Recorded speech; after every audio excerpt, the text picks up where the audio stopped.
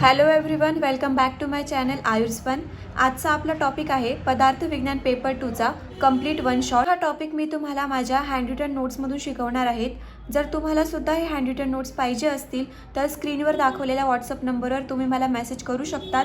हे नोट्स मी तुमच्यासाठी फक्त 49 रुपीजमध्ये ठेवलेले आहेत. यामध्ये सिलेबसचा एकही पॉईंट मिस झालेला नाही आणि लास्ट मिनिट रिव्हिजनसाठी बेस्ट आहेत. So let's start with the first topic, that is प्रमाण और परीक्षा विज्ञानीय निरूपण. सर्वात आधी आपल्याला इथे त्याची डेफिनेशन येते. तर चरकाचार्यांनी काय सांगितलं आहे, तर द्विविधमेव खलु सर्वं सच्च असच्च तस्य चतुर्विध परीक्षा आप्तोपदेशः प्रत्यक्षम अनुमानम युक्तिश्चेती. आचार्य चरकांनी 4 प्रमाण दिलेले आहेत: आप्तोपदेश, प्रत्यक्ष, अनुमान आणि युक्ती. पंचमहाभूतांनी बनलेल्या या जगात सर्व पदार्थ 2 भागामध्ये वाटलेले आहेत, सत आणि असत. या दोघांची परीक्षा पुढील 4 प्रकारे केली जाते. जे काही सत आणि असत पदार्थ आहे त्यांची परीक्षा या 4 प्रमाणांनीच केली जाते, असे आचार्य चरक असे म्हणतात. तिथे परीक्षेची व्याख्या लिहिणे महत्त्वाचे असते. परीक्षते व्यवस्थाप्यते वस्तुस्वरूपम अनया इति परीक्षा प्रमाणानी. ही झाली परीक्षेची व्याख्या. वस्तूंच्या स्वरूपाची निश्चिती करून देणारे साधन म्हणजे परीक्षा, त्यालाच प्रमाण असे म्हणतात. ज्ञानाची यथार्थता तपासण्यासाठी सुद्धा परीक्षा प्रमाणाची आवश्यकता असते. आता ह्या परीक्षेची आवश्यकता काय आहे, तर वस्तुतत्वाच्या ज्ञानासाठी आवश्यक आहे. एखाद्या व्यक्तीला झालेल्या ज्ञानाची यथार्थता तपासण्यासाठी आहे. आपल्या झालेल्या ज्ञान इतरांना समजून देण्यासाठी आणि इतरांच्या अयथार्थ ज्ञानाचे खंडन करण्यासाठी, रोगनिदानासाठी आपल्याला याची आवश्यकता असते. आता परीक्षा प्रमाणाची उपयोगिता. सर्वात पहिले प्रमाण आहे आप्तोपदेश. आयुर्वेदशास्त्र हे आप्तोपदेश म्हणूनच दोष, धातू, मल, व्याधी त्यांची चिकित्सा हे सर्व सविस्तरपणे आप्तोपदेशाने समजणार. आप्त म्हणजे काय? मोठे व्यक्ती. फॉर एक्झाम्पल आचार्य चरक, आचार्य सुश्रुत, त्यांनी जे सांगितलं आहे त्याच्यावर बिलीफ करणे म्हणजे आप्तोपदेश प्रमाण. त्यानंतर येतं प्रत्यक्ष. जे आपण इंद्रियांद्वारे ग्रहण करतो, जे आपण प्रत्यक्षामध्ये बघतो त्याला आपण प्रत्यक्ष प्रमाण असे म्हणतो. अनुमान प्रमाण. अनुमान म्हणजे काय? गेस करणं, तर्क लावणं. रोगाचे निदान हे अधिक अनुमानप्रमाणेच होते. जसे दृश्य स्वरूपातील लक्षणे, सायन्स अँड सिम्पटम्स बघून अदृश्य अशा व्याधीचे आपण ज्ञान करतो, त्याला अनुमान असे म्हणतात. त्यानंतर आहे युक्ती. चिकित्सा ही अधिकाधिक युक्ती प्रमाणाद्वारेच होते, म्हणूनच चिकित्सेला युक्ती व्यपाश्रय असे म्हटले आहे. युक्ती म्हणजे काय? आयडिया लावणे, की आपण कोणत्या बेसिसवर ते डिझीज आहे डायग्नोज करू शकतो, त्यावर ट्रीटमेंट करू शकतो, हे आपण युक्तीद्वारेच करतो. त्यानंतर चरकोक्त परीक्षेची व्याख्या. चरक विमानस्थानमध्ये आलेला आहे.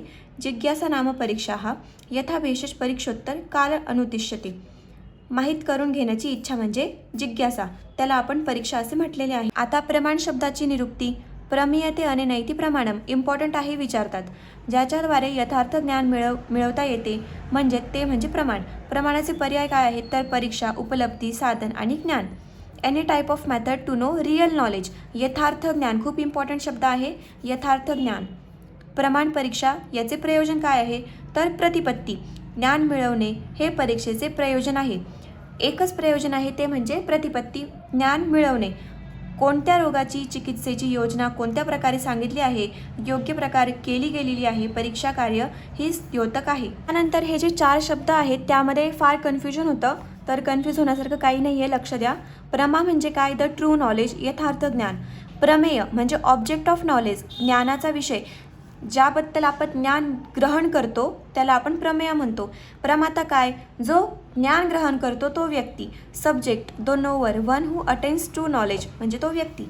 आता प्रमाण म्हणजे काय? मीन्स ऑफ नॉलेज, ज्ञानाचे साधन म्हणजे प्रमाण. आता वेगवेगळ्या दर्शनांनी वेगवेगळी प्रमाण संख्या दिलेली आहे.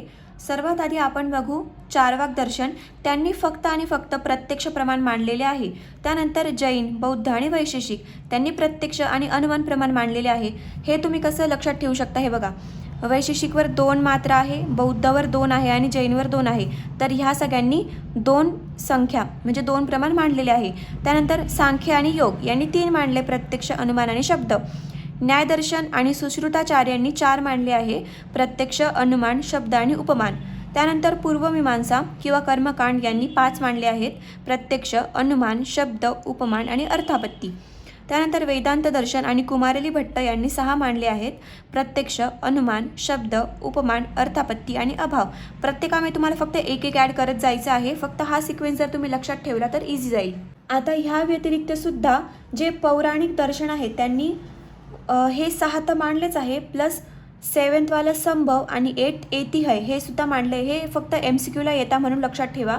तर संभव म्हणजे काय की एखाद्या वस्तूचे वर्णन करत असताना त्या वस्तूच्या इतर सूक्ष्म भागांचे सुद्धा ज्ञान होते, त्याला संभव प्रमाण असे म्हणतात.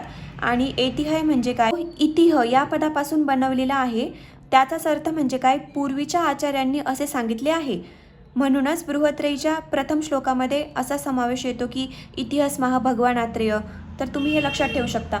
त्यानंतर अन्य तंत्रकारांनी हे तर मांडलेच आहे. कोणते, हे 6 संभव ऐतिह्य प्लस 9th चेष्टा आणि 10th परिशेष. चेष्टा म्हणजे काय, हालचालींना विशेष असे समजावून सांगणे. त्यानंतर परिशेष म्हणजे काय, प्रत्यक्षात कार्य दिसत असताना त्यावरून कारणाचे ज्ञान होणे, म्हणजे नदीला आलेला पूर बघितल्यानंतर पाऊस अधिक पडल्याचे ज्ञान होणे. त्यानंतर काव्यशास्त्र जे आहे त्यांनी हे मी सांगितलेले 10 मांडले आणि प्लस 11thवालं त्यांनी प्रतिभा मांडला आहे. प्रतिभा म्हणजे काय, कल्पनाशक्तीस प्रतिभा असे म्हणतात. आता पुढच्या टॉपिककडे आपण येऊ, ते आहे प्रत्यक्ष प्रमाण निरूपण. त्याची व्युत्पत्ती काय, प्रति प्लस अक्षम. अक्षम म्हणजे काय, चक्षु म्हणजे डोळ्यांसमोर जे आहे त्याचे ज्ञान ग्रहण करणे, प्रत्यक्ष इंद्रियांद्वारे ज्ञान ग्रहण करणे, याला आपण प्रत्यक्ष प्रमाण असे म्हणतो. त्याची व्याख्या काय आहे तर इंद्रियार्थ सन्निकर्षजन्य ज्ञान प्रत्यक्ष.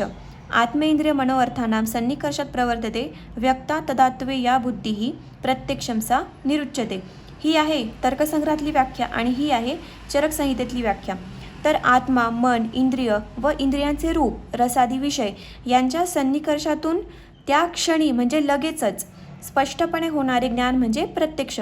हा जो एक वर्ड आहे ना, त्याच क्षणी किंवा लगेचच, हा खूप इम्पॉर्टंट आहे की ॲट दॅट टाईम तो ज्ञान आपल्याला ग्रहण होते. आता जेव्हा केव्हा प्रत्यक्ष प्रमाणावर क्वेश्चन येईल त्यावेळेस तुम्ही हा चार्ट जो आहे तो ड्रॉ करायचा आहे. 5 मार्क्सला असो किंवा 10 मार्क्सला असो, हा चार्ट तुम्ही ड्रॉ करणंच आहे. आता प्रत्यक्षाचे भेद काय आहे, निर्विकल्पक आणि सविकल्पक. तर प्रत्यक्षाचे भेद काय आहेत, निर्विकल्पक ज्ञान आणि सविकल्पक ज्ञान. सविकल्पक ज्ञानमध्ये काय, लौकिक आणि अलौकिक सन्निकर्ष.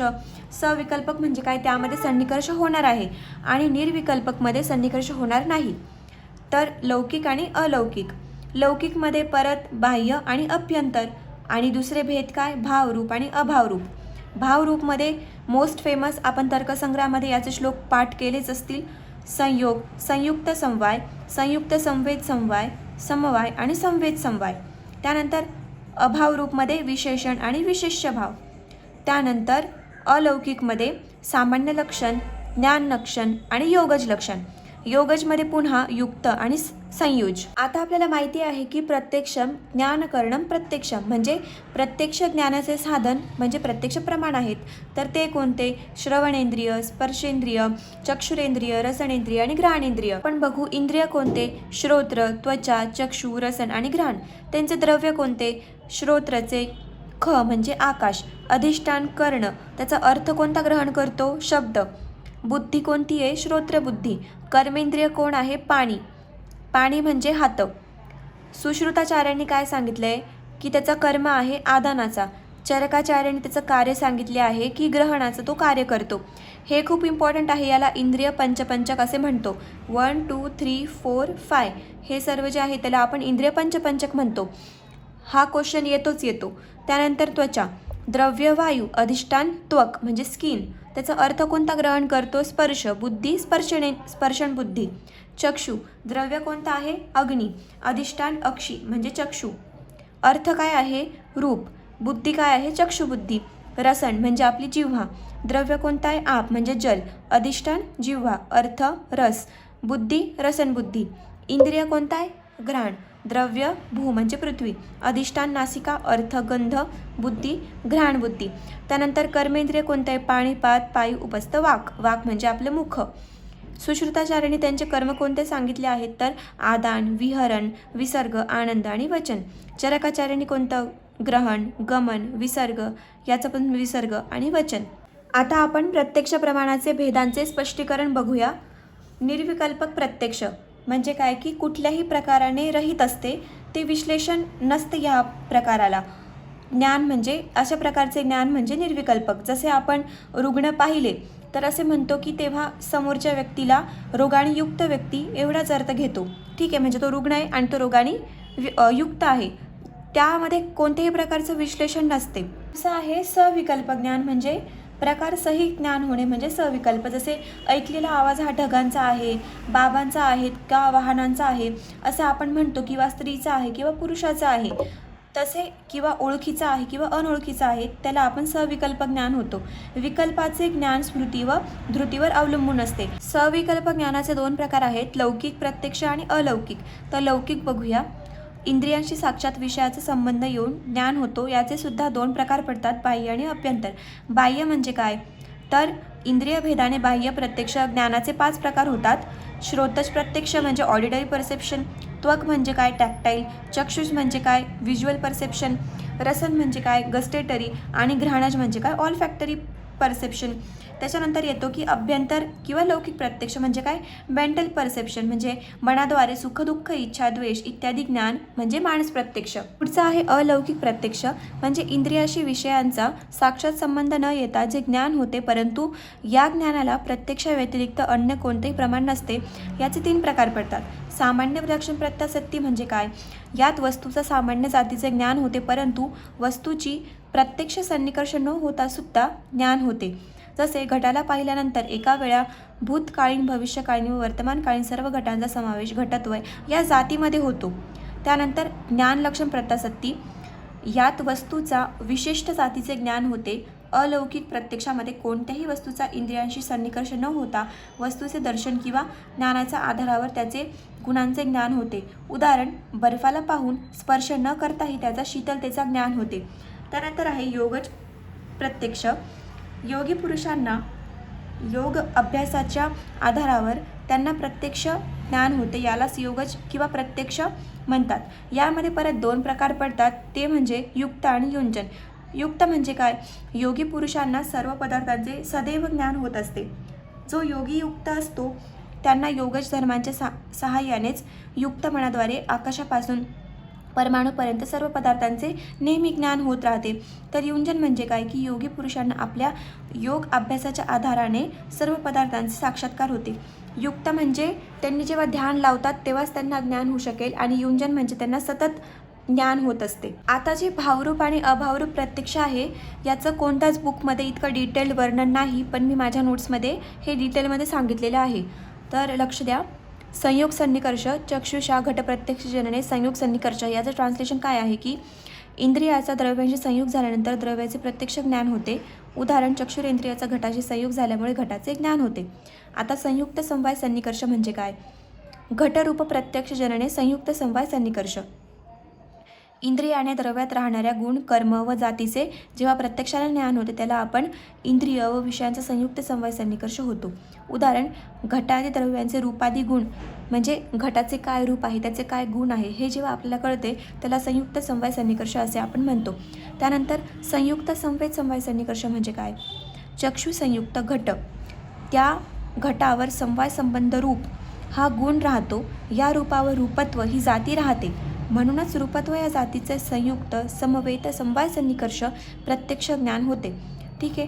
चक्षुरादी इंद्रियांच्या विषयाशी होणारा या 3 सन्निकर्षांनी द्रव्यावर समवाय संबंधाने राहणार रूपादी गुण म्हणजे द्रव्य कोणता घट, त्याचा गुण आणि त्याचे रूपादी हे सगळे त्याचे कर्म, याला आपण याचे ज्ञान जेव्हा आपल्याला होते त्याला आपण काय म्हणतो की संयुक्त समवाय सन्निकर्ष.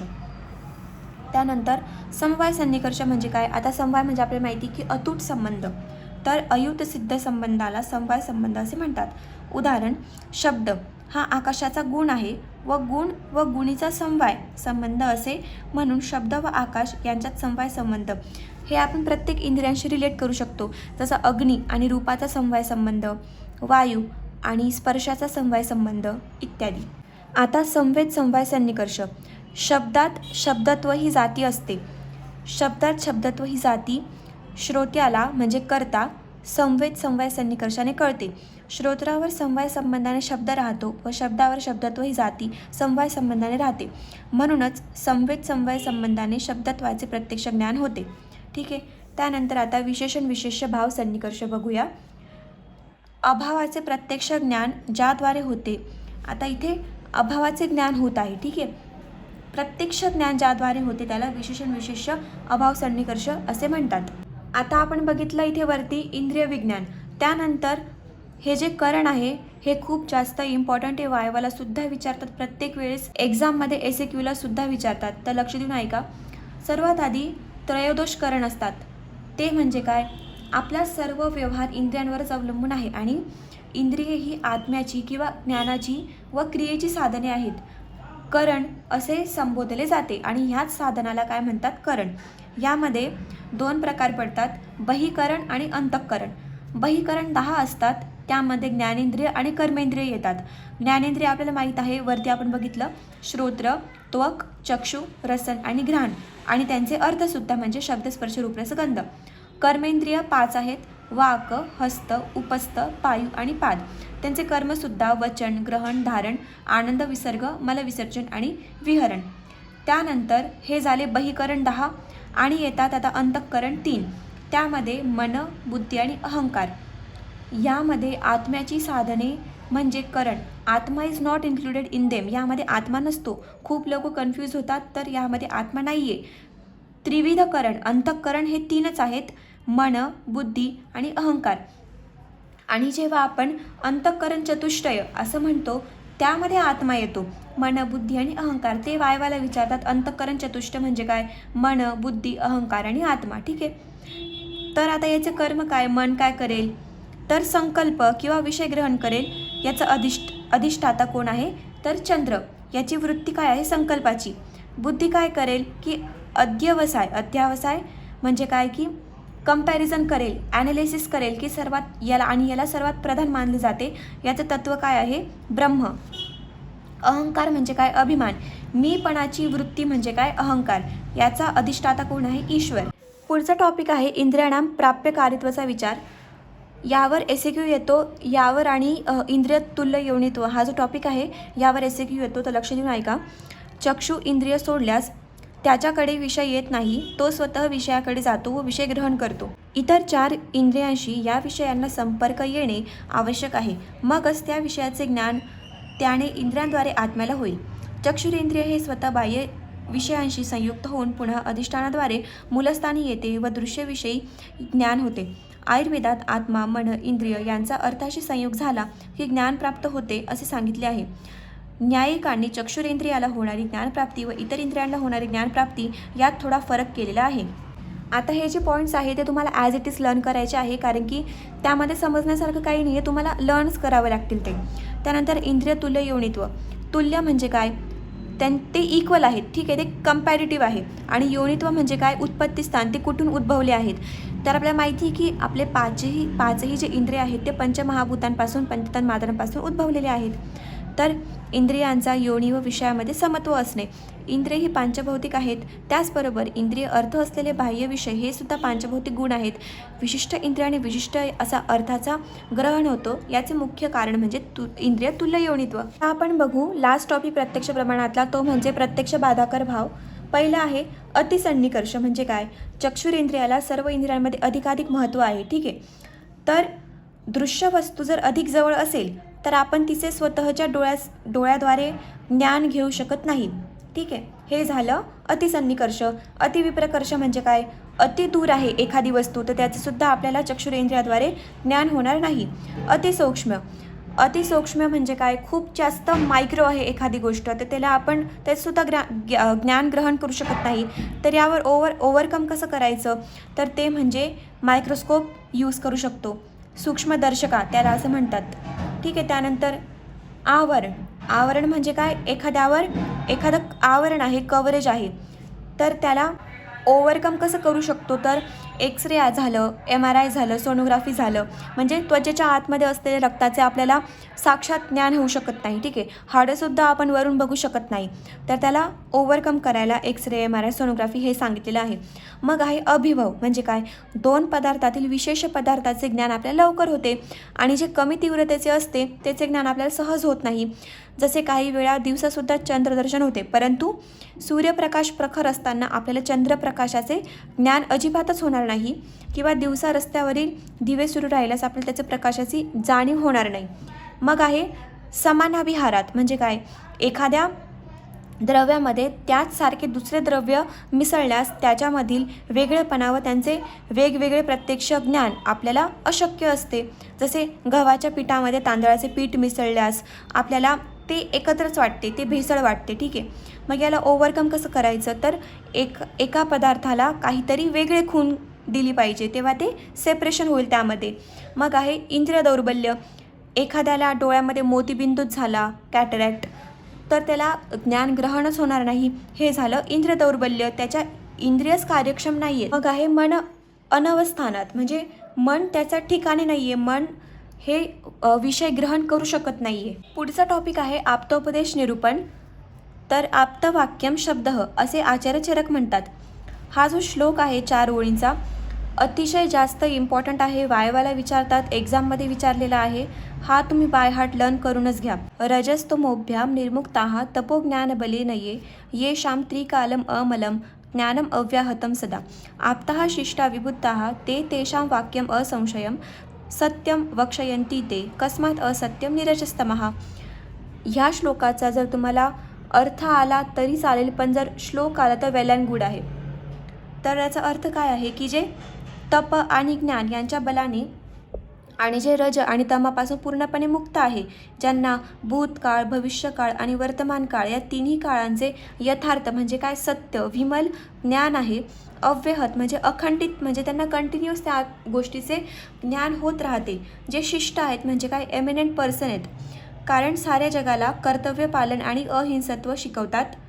ठीक आहे, आणि अकर्तव्य म्हणजे अहिताचारापासून ते प्रवृत्त होण्याचा उपदेश करता, अशा व्यक्तींना आपण काय म्हणतो, आप्त. आता आप्तोपदेशाचे भेद बघू. तर लौकिक आणि अलौकिक. अलौकिक म्हणजे जे वेद वाङ्मयमध्ये आलेलं आहे.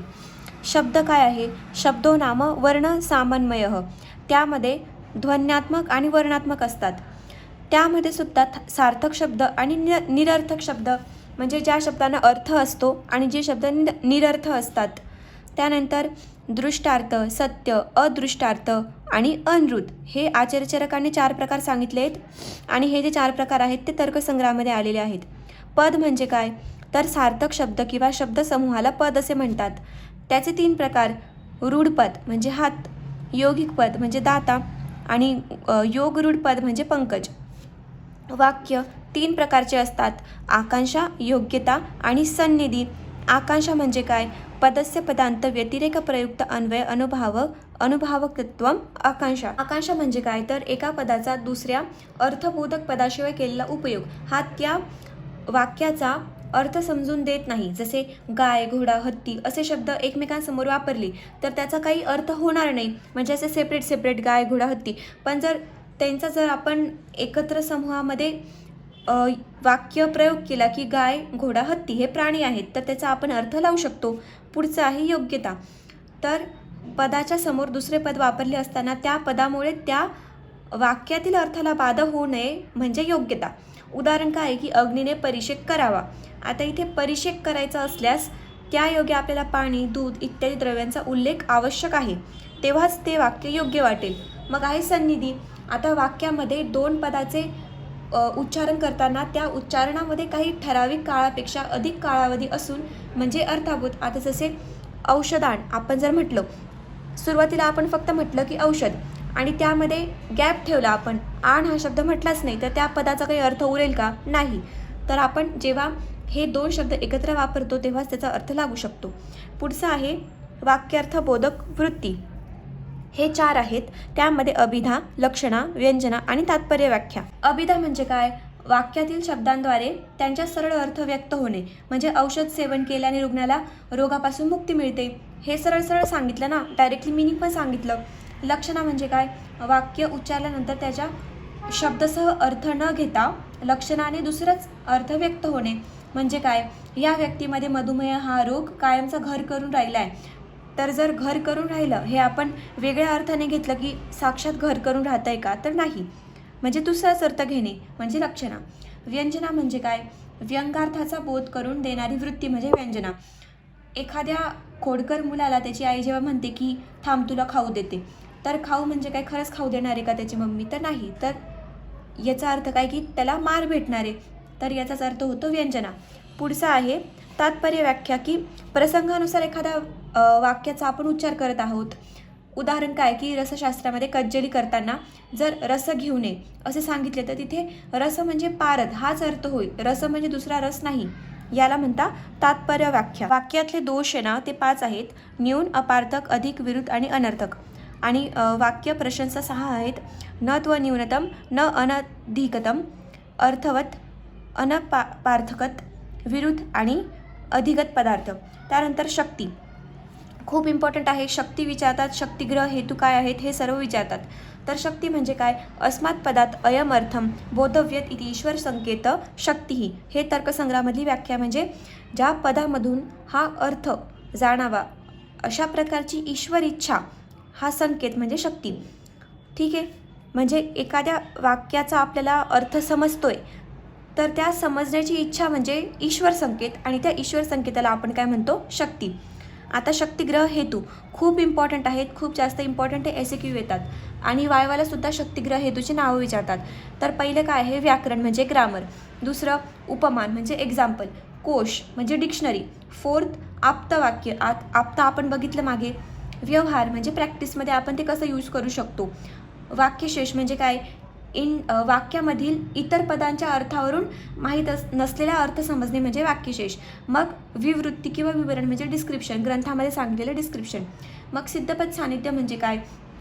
2 पदे एकत्र असताना त्यातील न समजलेल्या पदार्थाचा अर्थ समजणे. काय अनुमान प्रमाण? अनु म्हणजे पश्चात आणि मान म्हणजे ज्ञानकरण. त्याचे लक्षण काय आहे? तर अनुमानम खलु तर्कयुक्तिपेक्षः अनुमितिकरणम अनुमानम. आता हे जे काही टर्म्स आहे हे फार जास्त कन्फ्युजिंग असतात, पण कन्फ्यूज व्हायची काही गरज नाही. तर आपण हे समजून घेऊ. अनुमिती म्हणजे काय? परामर्शजन्य ज्ञान. अनुमिती म्हणजे परामर्शापासून उत्पन्न होणाऱ्या ज्ञानाला आपण अनुमिती म्हणतो. तर परामर्श म्हणजे काय? तर व्याप्तीने युक्त असे पक्षधर्म त्याचे ज्ञान. उदाहरण काय की हा पर्वत अग्निव्याप्य धुराने युक्त आहे. हे ज्ञान म्हणजे काय? परामर्श. आता व्याप्ती म्हणजे काय? तर व्याप्य आणि व्यापक यांचा परस्पर संबंध, हेतूचा साध्याशी असणारा अविनाभाव किंवा साहचर्य किंवा अतूट संबंध म्हणजे व्याप्ती. उदाहरण काय की जेथे जेथे धूम तेथे तेथे अग्नी. अग्नी हा व्यापक आहे आणि धूम हा व्याप्य आहे. ठीक आहे, समजलं. इथे बघा अग्नी आणि अग्नी काय? साध्य, साधन, व्यापक. धूम काय आहे? हेतू, लिंग, व्याप्य. आता आपण व्याप्तीचे भेद बघू काय आहेत. अन्वय व्याप्ती म्हणजे काय? साहचर्य. जिथे जिथे धूर तिथे तिथे अग्नी. व्यतिरेक व्याप्ती म्हणजे काय? साहचर्य नाही म्हणजे जिथे जिथे अग्नी नाही तेथे तेथे धूर पण नाही, फक्त वाईस वर्सा केलेला आहे म्हणजे काय? जलाशय. आता पक्षधर्मता म्हणजे काय? पक्ष म्हणजे काय? संदेह, पर्वत. सपक्ष म्हणजे काय? निश्चय की महानस. आता इथे ना अग्नी आणि धूर ह्याच उदाहरणाला घेऊन आपण हा पूर्ण चॅप्टर कव्हर केलेला आहे. तर पक्ष इथे आपल्याला आहे ना संशय असतो की पर्वत आहे तर तिथे धूर असेलच, पण धूर आहे तर तो अग्नीमुळे आहे का दुसऱ्या काही कारणांमुळे हे आपल्याला संदेह असतो. मग आहे सपक्ष. सपक्ष म्हणजे काय? निश्चय असतो की इथे महानस आहे तर इथे अग्नी असेलच आणि अग्नीमुळेच धूर आहे, इथे आपल्याला निश्चय असतो. विपक्ष म्हणजे काय? अभाव निश्चय म्हणजे अग्नीचा अभाव आहे हे आपल्याला निश्चयपणे माहिती आहे म्हणजे काय? जलाशय आहे. ठीक आहे, याला आपण विपक्ष म्हणू. पक्ष पर्वत, सपक्ष महानस आणि विपक्ष जलाशय. अनुमानाचे प्रकार तर काय आहे? स्वार्थ अनुमान आणि परार्थ अनुमान. स्वार्थ अनुमान काय? स्वतःच्या ज्ञानासाठी बुद्धीमध्ये घडणारी प्रक्रिया. आपण स्वतःच्या ज्ञानासाठीची बुद्धीमध्ये घडून आणतो, जे आपण ज्ञान ग्रहण करतो त्याला आपण स्वार्थ अनुमान म्हणतो. आणि परार्थ अनुमान म्हणजे काय? स्वतःला झालेले ज्ञान इतरांना पटवून देण्यासाठी हे आपण परार्थ अनुमान खाली घेतो. स्वार्थ अनुमानमध्ये काय? लिंग परामर्श. ते आपण स्वतःसाठी कोणत्या पद्धतीने ज्ञान ग्रहण करतो हे सांगितलं आहे. तर त्यामध्ये अन्वय व्यतिरेक पद्धतीने, केवल अन्वय पद्धतीने आणि केवल व्यतिरेक पद्धतीने आपण ज्ञान ग्रहण करतो. परार्थ अनुमानमध्ये आपण काय की पंच अवयव वाक्य तयार करतो. त्यामध्ये प्रतिज्ञा, हेतू, दृष्टांत, उपनय आणि निगमन हे 5 वाक्य आपण तिथे तयार करतो. आता प्रतिज्ञा म्हणजे काय की पर्वत वन्यमान हे आपल्याला सिद्ध करायचं आहे. पर्वत वन्यमाने हे आपल्याला सिद्ध करायचं म्हणजे प्रूफ करायचं. त्यानंतर हेतू म्हणजे आपण कोणत्या साधनाने सिद्ध करू की पर्वतावर वन्ही आहे, कसं काय आपण ते प्रूफ करणार आहोत. तर हेतूने. हेतू काय आहे इथे? धूम. धूम म्हणजे काय? धूर. आपल्याला धूर दिसतोय, बरोबर. धूर दिसतोय म्हणजे आपल्याला पर्वतावर अग्नी आहे हे सिद्ध होते. त्यानंतर दृष्टांत. आपण एखादं उदाहरण द्यायचं, एक्झाम्पल द्यायचं. उदाहरण काय की महानस. महानस म्हणजे आपलं किचनमध्ये धूर असतो. तो धूर कशामुळे असतो तर अग्नीमुळे, म्हणजे तिथे अग्नी आहे म्हणूनच धूर झालेला आहे. तर आपण इथे कंपेअर करायचं. मग उपनयन म्हणजे काय की कंपॅरिझन करायचं की पर्वतावर अग्नी आहे कारण धूर दिसतोय, कारण महानसमध्ये सुद्धा अग्नी असते कारण तिथे धूर दिसतो, असं कंपॅरिझन करायचं. आणि निगमन म्हणजे काय, त्याला कन्क्लूड करायचं की पर्वत हा वन्यमान आहे कारण तिथे धूर दिसतोय, हे आपण कन्क्लूड करतो. हे याला म्हणतात की पंच अवयव. आचार्य चरकांनी अनुमानाचे 3 प्रकार सांगितले आहेत. वर्तमानकालीन म्हणजे काय की अप्रत्यक्ष अशा अग्नीचे धुरावरून अनुमान करणे. भूतकालीन म्हणजे काय, वर्तमानकालीन धुरावरून अप्रत्यक्ष अशा भूतकालीन साध्याचे अनुमान करणे. आणि भविष्यकालीन म्हणजे काय, वर्तमानकालीन हेतूवरून अप्रत्यक्ष अशा भविष्यकालीन साध्याचे अनुमान करणे. ठीक आहे. आणि जे न्यायदर्शनकार होते त्यांनी सुद्धा 3 प्रकार सांगितले आहेत. ते म्हणजे पूर्ववत. आता पूर्ववत म्हणजे काय, चरकोक्त भविष्यकालीन. शेषवत म्हणजे चरकोक्त भूतकालीन. आणि सामान्यतो दृष्ट म्हणजे चरकोक्त वर्तमानकालीन. हे झाले अनुमानाचे भेद. आता आपण बघू हेतूचे प्रकार. खूप जास्त इम्पॉर्टंट आहे. SCQ किंवा LEQ येतोच म्हणजे येतो. जेव्हा केव्हा हेतूचा प्रश्न येईल तेव्हा तुम्ही हा फ्लोचार्ट काढायचा आहे. हा फ्लोचार्ट काढला कन्सेप्ट क्लिअर होईल आणि पुढे आन्सर लिहायला सुद्धा मदत होते. 2 प्रकार आहेत, सदहेतू आणि असदहेतू. सदहेतूमध्ये पहिलं आहे पक्षसत्व म्हणजे काय, हेतू पक्षावर असला पाहिजे. सपक्षसत्व म्हणजे हेतू सपक्षावरच असला पाहिजे. ठीक आहे, तेव्हाच तो ट्रू हेतू मानला जाईल. विपक्षे असत्वम, हेतू हा विपक्षावर राहता कामा नये. ठीक आहे, कारण की त्याला नकारात्मक दृष्टांत येतो. त्यानंतर अबाधित विषयत्व म्हणजे काय, बाधा दोष अनुमानात असू नये, याला आपण म्हणतो अबाधित विषयत्व. आणि लास्ट आहे असत्प्रतिपक्षत्व म्हणजे काय, सत्प्रतिपक्ष अनुमानात असू नये. आहे असदहेतू. आता असदहेतूलाच चरकाचार्यांनी अहेतू म्हटलं आहे आणि तर्कसंग्रहकारांनी हेत्वाभास म्हटले आहे. हेत्वाभास म्हणजे काय, हेतूच्या होण्याचा भास होणे. ठीक आहे. आता चरकाचार्यांनुसार बघू. पहिलं आहे प्रकरणसम. प्रकरणसम म्हणजे काय, पक्ष, हेतू आणि साध्य हे तिघेही स्वतंत्र असतात आणि वेगवेगळी. हेतू व पक्ष हे सम म्हणजे एकच असतील तर पक्ष हाच हेतू होईल आणि हेतू धर्माला बाधा येईल. हे झालं प्रकरणसम. त्यानंतर संशयसम म्हणजे काय, हेतू म्हणजे संदेहाचे जे कारण असेल तेच आपल्याला संदेह निवारणासाठी सुद्धा कारण बनते. लास्ट आहे वर्ण्यसम म्हणजे काय, जो हेतू साध्यापेक्षा वर्ण्य वस्तूपेक्षा जो निराळा नसतो त्याला आपण वर्ण्यसम अहेतू असे म्हणतो. जो हेतू वर्णन करण्यायोग्य विशेषताने युक्त नाही म्हणजे ज्याचं वर्णन होऊ शकत नाही त्याला आपण वर्ण्यसम अहेतू असे म्हणतो. त्यानंतर तर्कसंग्रहकारानुसार हेत्वाभास हे जे आहे ते 5 प्रकारचे आहेत. सव्यविचार, विरुद्ध, सत्प्रतिपक्ष, असिद्ध आणि बाधित. सव्यविचारामध्ये सुद्धा 3 प्रकार पडतात, साधारण, असाधारण आणि अनुपसंहारी. तर साधारण म्हणजे काय, हेतू हा पक्ष आणि सपक्ष दोघांवर जेव्हा राहतो त्याला आपण साधारण हेत्वाभास असे म्हणतो. असाधारण म्हणजे फक्त तो पक्षावरच राहतोय, हेतू हा फक्त पक्षावर राहत असल्यास आपण त्याला असाधारण हेत्वाभास असे म्हणतो. त्यानंतर अनुपसंहारी म्हणजे काय, जेव्हा पक्षच व्यापक असतो त्यामुळे अन्वयात्मक आणि व्यतिरेकात्मक उदाहरण देताच येत नाही तेव्हा आपण त्याला काय म्हणतो, अनुपसंहारी हेत्वाभास. त्यानंतर विरुद्ध हेत्वाभास म्हणजे काय, तर ज्या हेतूने साध्य सिद्ध होण्याऐवजी त्या साध्याचा अभावच सिद्ध होतोय त्याला आपण विरुद्ध हेत्वाभास असे म्हणतो. उदाहरण काय की हा मनुष्य अमर म्हणजे न मरणारा आहे कारण तो जन्माला आलाय, परंतु जो जन्माला आलाय त्याचा मृत्यू तर ठरलेलाच आहे. तर मग अमरत्व सिद्ध होण्याऐवजी इथे मृत्यू सिद्ध होतोय म्हणजे हेतूच्या ऐवजी त्या हेतूचा अभाव सिद्ध होतोय. ठीक आहे. त्यानंतर काय आहे की सत्प्रतिपक्ष म्हणजे साध्याचा अभाव सिद्ध करणारा दुसरा हेतू त्याच पक्षावर उपस्थित असणे म्हणजे सत्प्रतिपक्ष. सत्प्रतिपक्ष म्हणजे काय की हेतूला कॉम्पिटिशन आहे, एक तगडी कॉम्पिटिशन आहे हेतूला, त्याला सत्प्रतिपक्ष असे म्हणतात. आता आहे असिद्ध हेत्वाभास. यामध्ये पण 3 प्रकार आहे, आश्रय सिद्ध, स्वरूप सिद्ध आणि व्याप्यत्व सिद्ध. आश्रय म्हणजे पक्ष आणि अनुमान करताना जेव्हा तसा पक्षच उपस्थित नसेल तर त्याला आश्रय असिद्ध असे आपण म्हणतो. पुढचं आहे स्वरूपसिद्ध. हेतूचे स्वरूप जसे सांगितले आहे तसे नसणे म्हणजे स्वरूपसिद्ध. त्यानंतर व्याप्यत्व सिद्ध म्हणजे काय की अनुमानामध्ये साध्य हे नेहमीच व्यापक असले पाहिजे. ठीक आहे. आणि हेतू हा व्याप्य असला पाहिजे. पण जेव्हा हेतू हा व्याप्य न होता व्यापक असेल तर त्याला आपण व्याप्यत्व असिद्ध हेत्वाभास असे म्हणतो. मग आहे बाधित हेत्वाभास.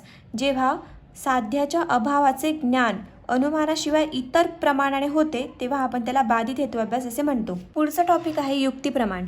त्याची निरुक्ती बघूया. युज धातूला 3 प्रत्यय म्हणजे काय? युज्यते, संबंधते, अनिनयती, युक्ती. योजना करून अनेक हेतूंच्या संबंधाने होणाऱ्या ज्ञानाला युक्ती असे म्हणतात. त्याची व्याख्या काय आहे? अनुमानम खलु तर्कयुक्ती अपेक्षा. म्हणजे आपण जो काही अनुमान करतो त्याला युक्तीची अपेक्षा असते. म्हणजे आपण युक्तीद्वारेच त्या गोष्टीचा अनुमान करत असतो. रुग्णाची चिकित्सासुद्धा आपण युक्तीद्वारेच करतो.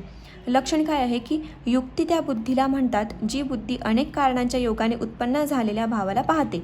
ठीक आहे. त्याचे उदाहरण काय आहे? जल, कर्षण, बीज, ऋतू यांच्या संयोगाने सस्य म्हणजे धान्याची उत्पत्ती होणे. त्याचप्रमाणे षडधातू, पंचभूतात्मक शरीर व आत्माच्या संयोगाने गर्भाची उत्पत्ती होते. त्यानंतर मध्य, मंथक व मंथन यांच्या संयोगाने अग्नीची उत्पत्ती होते. त्याचप्रमाणे युक्तीने युक्त चतुष्पाद संपादाने व्याधीचा नाश होतो. आता शक्ती म्हणजे की प्रत्येक पदामध्ये त्याचा अर्थ प्रकाशित करणाऱ्या शक्तीला आपण शक्ती असे म्हणतो. युक्तिप्रमाण विचारताना मोस्ट ऑफ द टाईम ते आयुर्वेदामध्ये त्याचं महत्त्व विचारतात. तर आपण लिहू शकतो फर्स्ट पॉईंट की औषधी निर्माणामध्ये युक्तीचा वापर होतो. ठीक आहे. औषधी कल्प तयार करण्यासाठी मग त्या वनस्पतीमध्ये किती प्रमाणामध्ये तेल, तूप किंवा काही घालायचं आहे, त्या वनस्पतींची मोजमाप किती आहे हे आपण सुद्धा युक्तीने करतो. त्यानंतर दुसरा पॉईंट तुम्ही लिहू शकतात की शोधन चिकित्सेमध्ये पहिलं होऊन जाईल औषधीमध्ये. त्यानंतर तुम्ही लिहू शकता शोधन चिकित्सेमध्ये की रुग्ण परीक्षा सर्वात आधी आपण करतो. मग कोण अर्ह आहे आणि कोण अनर्ह आहे, म्हणजे कोण फिजिबल आहे आणि कोण नॉन फिजिबल आहे. मग शोधन कर्मासाठी औषधींचा संग्रह, संरक्षण करतो. त्यानंतर पश्चात केला जाणारा जो संसर्जन क्रम आहे त्याला आपण पथ्य आणि अपथ्य कसं सांगतो ते सुद्धा आपण युक्तीद्वारे करतो. मग थर्ड पॉईंट तुम्ही लिहाल की व्यवहारामध्ये तुम्ही कसं वापराल. ठीक आहे. व्यवहारामध्ये तुम्ही कसं वापराल युक्तीला. त्यामध्ये तुम्ही न्यायालयाचं उदाहरण देऊ शकता. तर वादीचे म्हणणे, प्रतिवादीचे म्हणणे आणि मग दोघांना ॲनालिसिस करून स्वतःचं मत सांगणे हे सुद्धा आपण युक्तीद्वारे सिद्ध करतो. पुढचं आहे उपमान प्रमाण. त्याची निरुक्ती काय आहे? उपमीयते अनिनयती उपमानम. एखाद्या वस्तूशी अत्यंत जवळच्या किंवा सारख्याच असणाऱ्या वस्तूद्वारे ज्ञान होणे म्हणजे उपमान. यामध्ये तुम्ही साधर्म्याचा विचार करू शकता. बेसिकली कंपॅरिझन यामध्ये महत्त्वाचं आहे. तर एक उदाहरण दिलेलं आहे. गाय सदृश दिसणारी काय आहे? गवय म्हणजे रानगाय. तर गाय काय आहे? प्रसिद्ध वस्तू आहे. तर जर आपल्याला कोणाला एक्झाम्पल द्यायचं आहे की रानगाय ही कशी दिसते तर आपण सांगू शकतो की तुम्ही जी गाय बघतात कॉमनली त्यासारखीच ही रानगाय दिसते. तर रानगाय काय अप्रसिद्ध वस्तू आहे आणि गाय काय प्रसिद्ध वस्तू आहे. तसंच दंड आणि धनुस्तंभ. आता आपल्याला एखाद्याला दृष्टांत द्यायचा आहे की धनुस्तंभ हा व्याधी कसा दिसतो. धनुस्तंभ म्हणजे काय? टेटॅनसचे कॉन्व्हल्जन्स. तर त्या डिझीजमध्ये आपली जी बॉडी आहे ती दंडासारखी स्टिफ होऊन जाते. तर आपण दंड माहीत आहे लोकांना, दंड हा प्रसिद्ध वस्तू आहे आणि धनुस्तंभ अप्रसिद्ध आहे. सो आपण त्याला कंपॅरिझन करून सांगू शकतो. पुढे आहे उपमिती ज्ञानाच्या साधनाला उपमान म्हणतात. संज्ञा आणि संज्ञी यांच्यामध्ये असणाऱ्या संबंधामुळे होणारे ज्ञान म्हणजे उपमिती. कधी कधी तुम्हाला क्वेश्चनमध्ये संज्ञा आणि संज्ञी हे स्पष्ट करा आणि त्यांच्यामधला जो रिलेशन आहे ते स्पष्ट करा हे सुद्धा विचारतात. आता उपमिती ज्ञानाचे साधन सादृश्य ज्ञान आहे. आता संज्ञा म्हणजे काय? जी उपमा द्यायची आहे किंवा ज्याचे साधर्म्य दर्शवायचे आहे असा घटक. फॉर एक्झाम्पल गायचा आपल्याला साधर्म्य दर्शवायचं आहे. आणि संज्ञी म्हणजे काय? ज्याला उपमा द्यायची आहे किंवा साधर्म्याद्वारे ज्या वस्तूचे ज्ञान करून द्यायचे आहे म्हणजे काय? रानगाय. आता उपमानाची प्रक्रिया कशी असते तर सादृश्ययुक्त वाक्य श्रवण. धनुस्तंभाच्या रोग्याचे शरीर धनुष्याप्रमाणे वक्र झालेले आहे हे वाक्य आपल्याला विद्यार्थी वर्गात ऐकतात आणि असे पुस्तकात ते वाचतात. हे झालं सादृश्ययुक्त वाक्य श्रवण. पुढचं आहे सादृश्ययुक्त पदार्थ दर्शन. म्हणजे काय? विद्यार्थी मग रुग्णालयात जातात आणि ते रोगी बघतात ज्याचे शरीर धनुष्याप्रमाणे वाकडे झालेले आहे. हे झालं दर्शन. मग आहे सादृश्ययुक्त वाक्य स्मरण. मग त्यांना स्मरण होते की आपल्या आचार्यांनी आपल्याला असं सांगितलं आहे की धनुस्तंभामध्ये शरीर दंडासारखे स्टिफ होऊन जाते. मग लास्ट प्रोसेस काय असते? उपमानाद्वारे पदार्थाचे ज्ञान होणे. मग त्यांना ज्ञान होते की धनुस्तंभ हा व्याधी कसा आहे. उपमानाचे प्रकार. पहिला आहे सादृश्य धर्म विशिष्ट. म्हणजे दोन पदार्थांमधील सारखेपणा उपमा ज्ञान होत असल्यास त्याला सादृश्य धर्म विशिष्ट असे म्हणतात. मग आहे वैरधर्म विशिष्ट म्हणजे घोड्यासारखाच असणारा परंतु पाठीवर उंचवटा असणारा. उंचवटा काय आहे? वैधर्म म्हणजे कोणती एकच डिसिमिलॅरिटी आहे असा प्राणी म्हणजे उंट, याला म्हणता आपण वैधर्म विशिष्ट.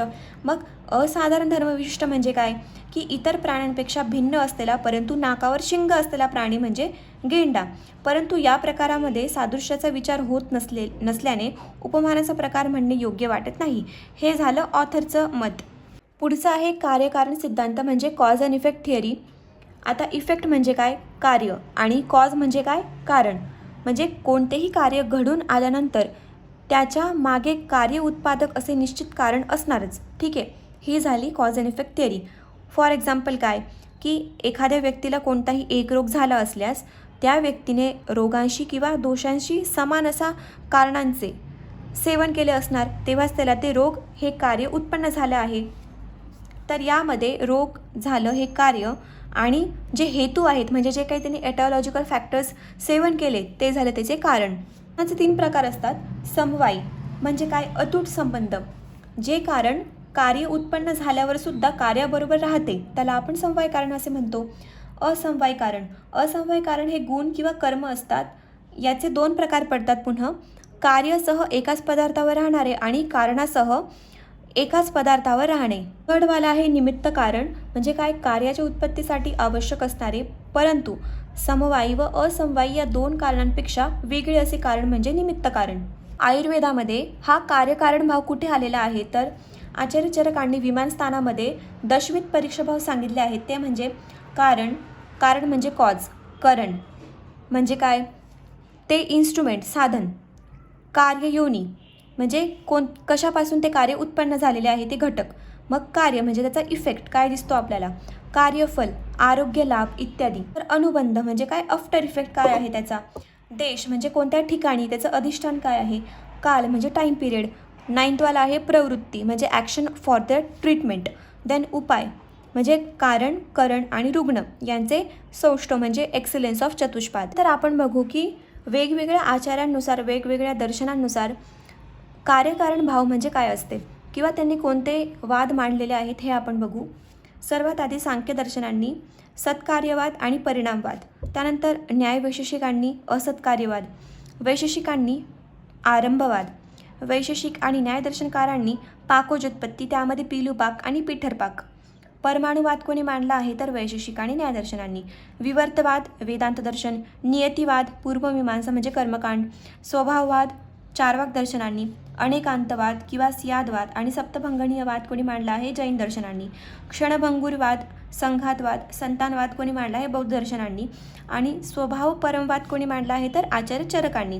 आणि षटकारणवाद मांडला आहे आचार्य सुश्रुतांनी. So thank you for watching everyone, and if you like this video then do like, share and subscribe.